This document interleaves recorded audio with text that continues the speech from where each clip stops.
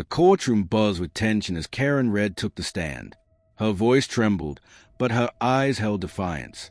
"I didn't kill Michael Torres," she insisted, echoing the hashtag #KarenReed is innocent trending nationwide. The murder of Officer Torres had become a media sensation. A grieving mother accused of stabbing the officer who found her daughter's body in Franklin Park. A prosecutor displayed a security camera clip from October 12, 2023. The footage showed Karen discovering Emily's lifeless body, then collapsing into sobs. Moments later, Officer Torres arrived. The screen cut to a blur of motion, a knife glinting, Karen's scream, and Torres clutching his chest before collapsing. Karen's defense attorney, Mark Diaz, argued the video was edited. She was in shock. "That knife? It was for self-defense against him," he said, pointing to a photo of Stephen Clare, a fugitive linked to a 1970s cult. The jury leaned forward, but the judge warned against speculation. A leaked police report revealed Emily's backpack contained blue flowers, the same symbol used in a 1978 cult massacre. The cult's leader, now dead, had ties to the congressman's murder, a cold case Karen's father had solved decades earlier. "We're not just here to judge Karen Reed," Diaz argued. "We're uncovering a conspiracy that spans generations." The courtroom buzzed. Social media erupted. "The cult's back, and Karen's dad lied." A janitor from the Boston subway testified about a man matching Clay's description, leaving a file at the courthouse. Inside were documents reopening the congressman's case, and a photo of Karen's father, the original investigator, labeled accomplice. Karen's composure shattered. "He was a hero," she whispered. The prosecutor leaned in. "Then why did he fake his death in 1980? Seen, the viral breakthrough. That night, a TikTok user posted a side-by-side of Emily and the congressman's wife, both held by Claire in old photos. The video went viral, with fans of true crime demanding answers. Meanwhile, Claire's cabin was found burned to ashes, a blue flower pinned to the door. Karen's supporters rallied outside the courthouse, but her brother, James, stood silent. A journalist noticed him slipping a flash drive to a stranger, then vanishing into the crowd. The ashes of the courthouse archives smoldered under a cold rain. Karen Reed stared at the single file that survived the 1978 case folder, its pages stained with blood and her father's handwriting. "She's the key." Detective Marcus Cole, the lead investigator, pored over the file. It detailed Karen's father, Thomas Red, who'd solved the 1978 congressman's murder, a case tied to a cult that had orchestrated mass suicides. The congressman's wife, like Emily, had been found with blue flowers in her hand, a symbol of the cult's belief in purification through sacrifice. Karen's hand shook as Cole showed her a photo, her father standing beside the cult's leader, a man named Elias Voss. "He wasn't a hero," Cole said. "He was part of it." James Reed, Karen's estranged brother, was arrested for arson. During interrogation, he smirked. "You'll never find it," he hissed. The flowers bloom again. A journalist found the flash drive James had passed to a stranger. Its contents were a video of Thomas Reed meeting Voss in 1980. "The cult isn't dead," Thomas said. "Karen's the last key. Emily's death was just the beginning." The video went viral overnight. Hashtags like #CultOfBloomingFlowers trended, with conspiracy theorists linking the case to modern tragedies. A new victim was found in Franklin Park, a young woman, blue flowers in her grip. The media frenzy escalated. Protesters demanded justice. Others accused Karen of orchestrating the cult's return. Karen's defense team discovered a pattern. Each victim had been photographed with James years earlier. "He's following Dad's playbook," Karen whispered. "But why?" A recovered journal from Voss's cabin revealed the cult's ritual every 40 years. A key, a descendant of the cult's founders, must die to purify society. Emily had been chosen because her DNA matched the 1978 victims. Karen's father had faked his death to stay loyal to the cult. James, however, had betrayed it, leaking clues to expose the truth or manipulate it. Social media erupted. A TikTok user posted a deepfake video of Karen confessing, sparking riots outside her jail cell. The prosecution argued she'd orchestrated the cult's revival to clear her father's name. Yet Karen's resolve hardened. "Emily's death was an accident," she insisted. "James wants me to take the blame." In prison, James taunted Karen. Dad chose you as the next key. But I'll stop you. The cult's over. That night, Karen's cell phone buzzed a message from an unknown number. Find the flowers. They're in the church. Karen's lawyer, Mark Diaz, secretly visited St. Mary's Church, where Emily had volunteered. Behind a statue, he found a box of blue flowers and a letter. Emily stumbled on the cult's ledger. Elias Voss is alive. He'll kill again unless I stop him. Thomas read. The next morning, Diaz was found unconscious, the letter missing. The courtroom gallery froze as a shadowy figure stood a man with a pendant glowing like the blue flowers. His eyes met Karen's. Elias Voss, alive? Voss smirked as security dragged him out. You'll never stop the bloom, he hissed. Later, a leaked audio clip of his arrest went viral. The key must die. The flowers demanded. Karen's nightmares worsened. She dreamt of her father, Thomas read, kneeling before Voss in 1980. You will protect the line, Voss had said, or I'll destroy you. Diaz discovered a hidden room beneath St. Mary's Church, filled with cult ledgers. Emily's name was listed alongside the 1978 victims. A final entry read, The bloom begins. The key's blood will awaken the prophet. Karen realized the truth. The cult wasn't just about sacrifice, it sought to resurrect Voss through a descendant's death. Emily's murder had been a test. James testified, revealing his father's double life. He feared Voss, James said, but I chose a different path. The flowers in the church? I planted them to expose the truth. Yet Karen noticed a detail. The blue flowers in the church were fresher than the 1978 ones.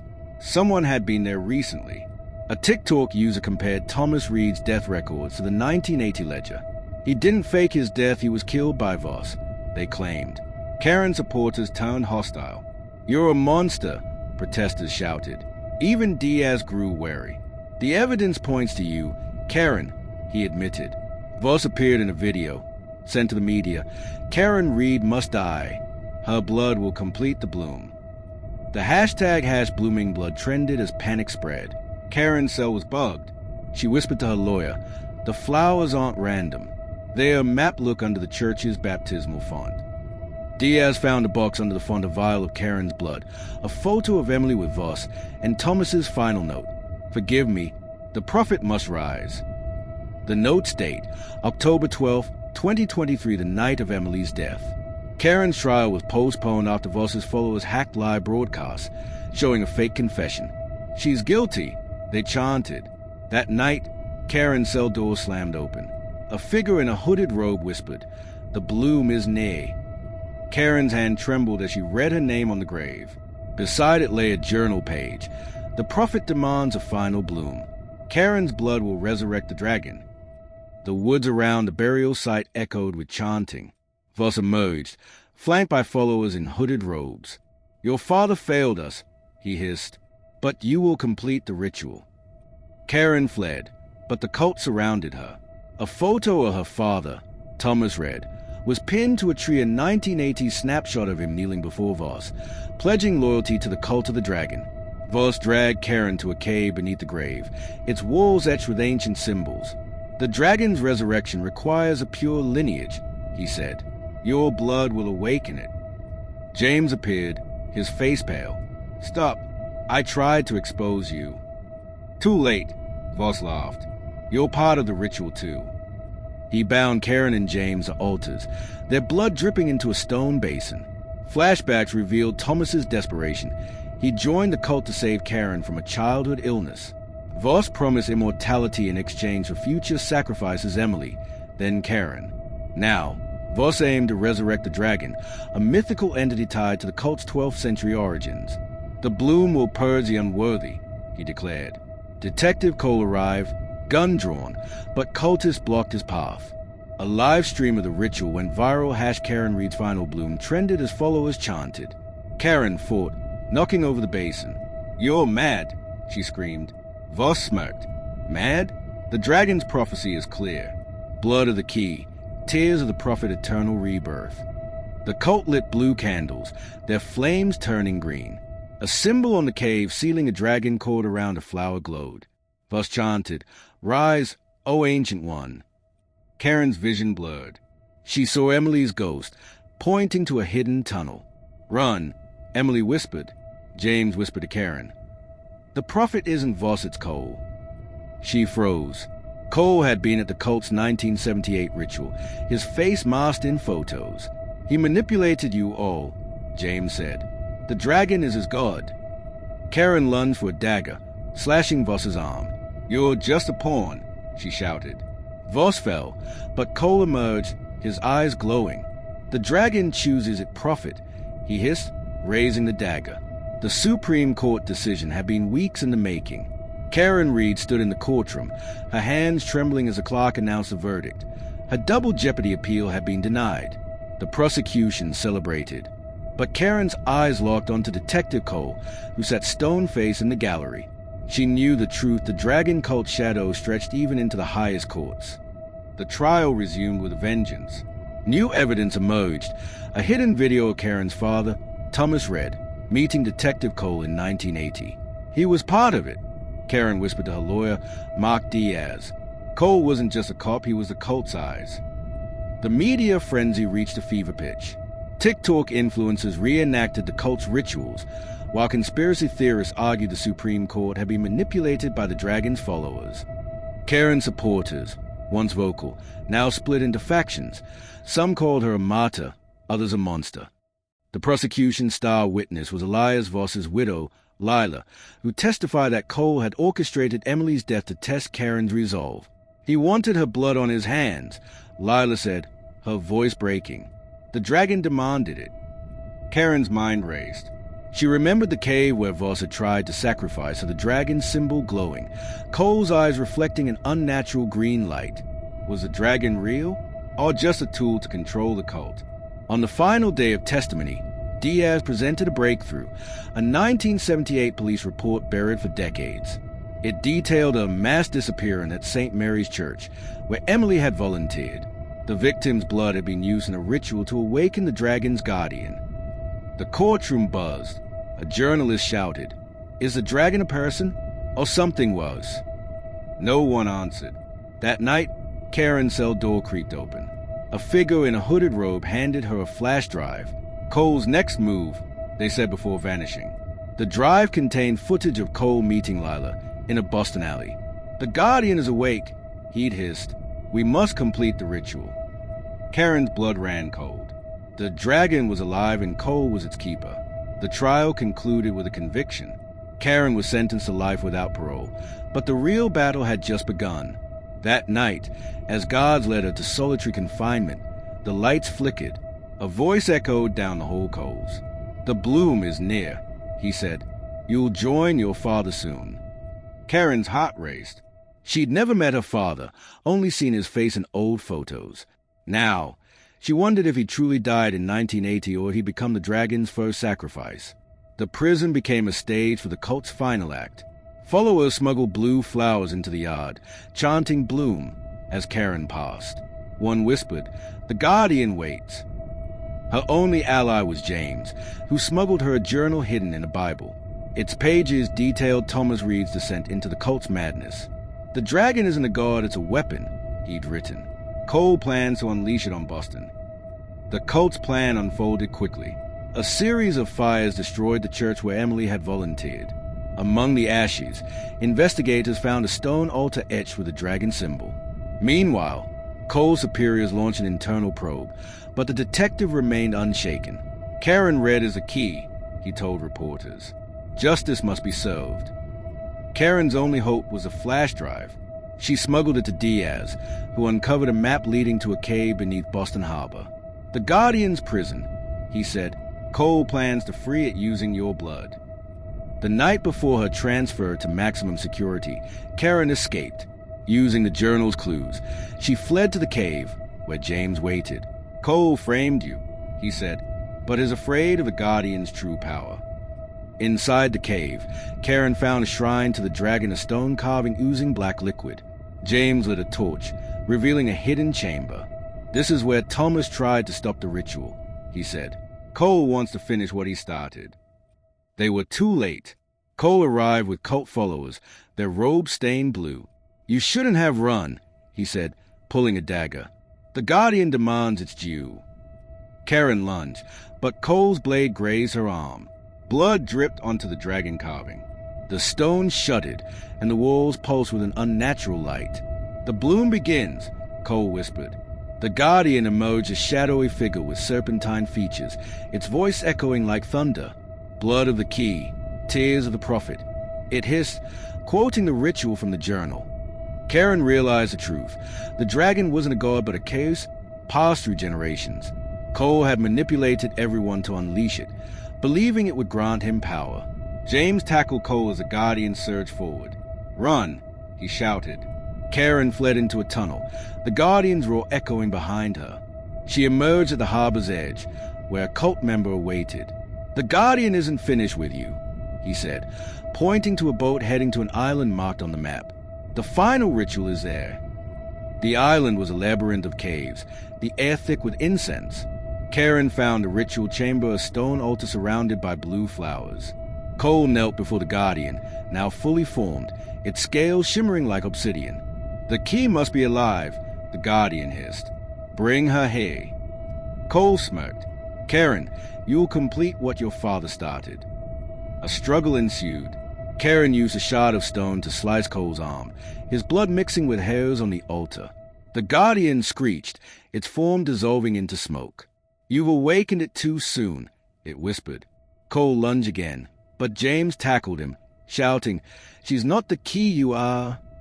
The room trembled as the Guardian's essence fused with Cole, his body contorting into a monstrous form.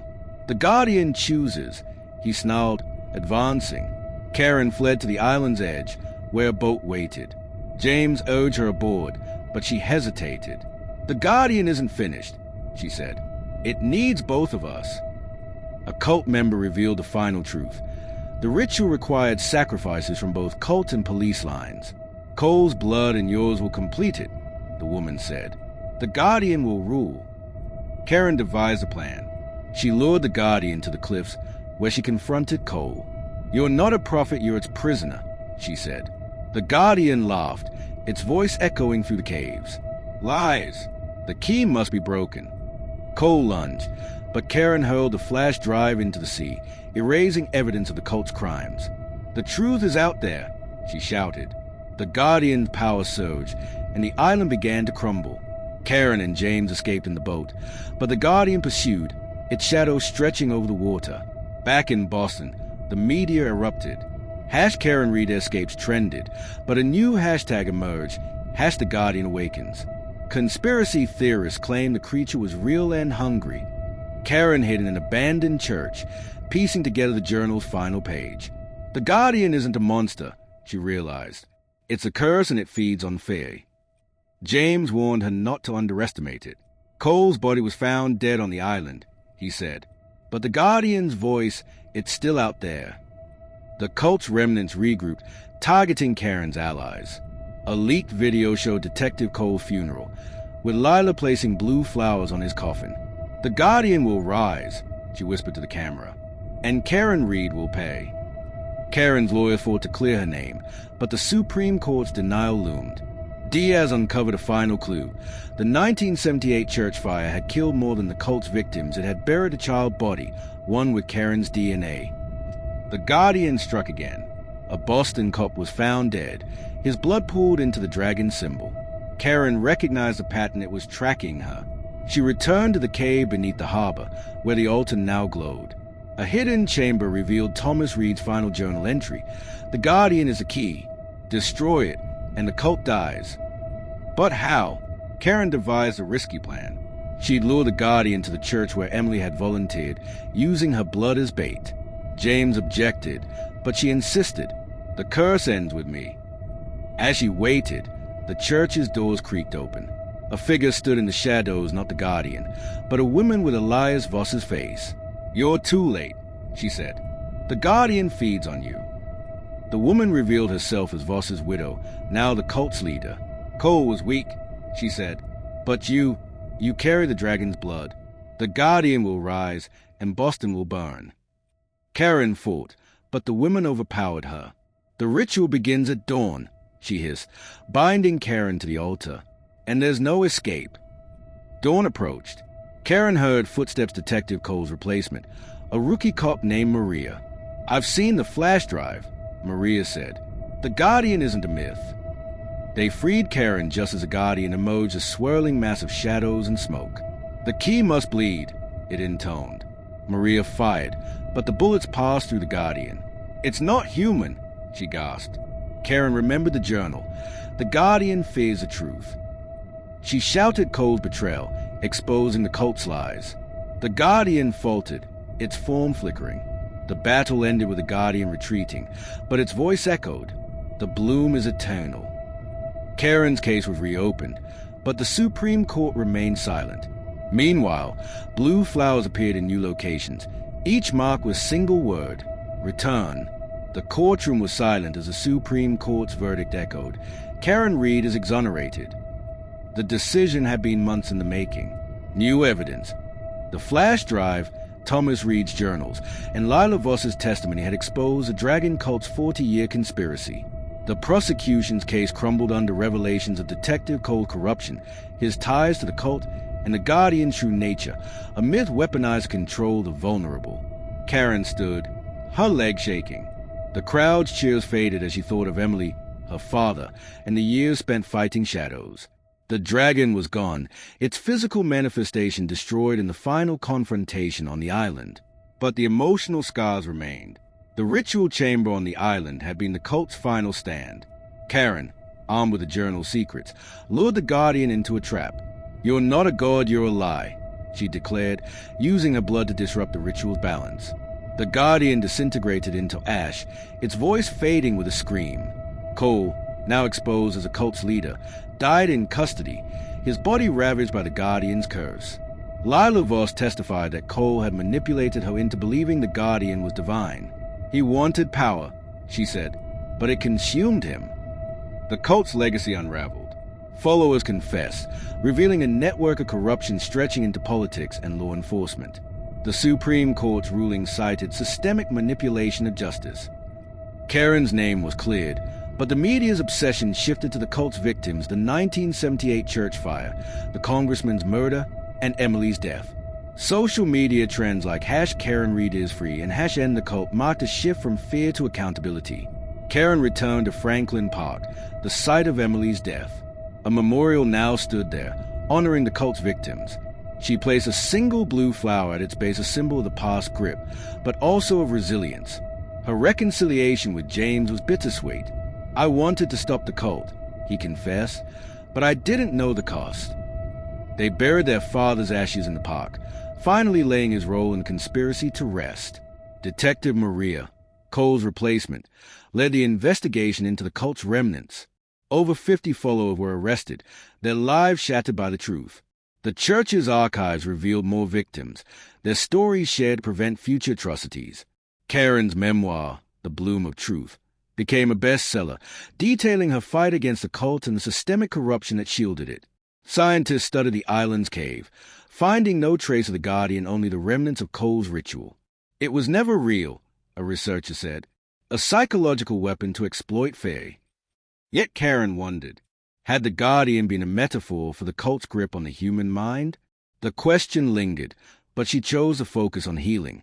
Karen visited Emily's grave one last time. "I'm sorry I didn't protect you," she whispered. A journalist asked if she'd find peace. "Peace comes from truth," she replied. "The cult's lies are dead, but their victims' memories live on." Life rebuilt itself. Karen taught literature in a Boston high school, using her story to warn students about manipulation. James became a lawyer, fighting to reform wrongful conviction cases. The blue flowers vanished from public spaces, their symbolism replaced by hope. The #BloomOfTruth trended, a tribute to resilience. Years later, Karen received a letter from a woman claiming her ancestor had been part of the cult. "The dragon story isn't over," it warned. Karen smiled wryly. The past could haunt, but she'd face its worst. She replied, "The truth is the only guardian we need." The Supreme Court's ruling had ended the legal battle, but Karen's journey had deeper roots. She'd learned that evil thrives in silence and that truth, however painful, was a weapon. In a final interview, she reflected on her father's journal. The Guardian wasn't a monster. It was fear given form, and fear dies when we name it. The dragon cult was a stain on history, but Boston moved forward. Karen's story, once a mystery, became a lesson, a reminder that justice, though delayed, could rise from ashes. Kindly subscribe to our YouTube channel for more interesting true crime stories.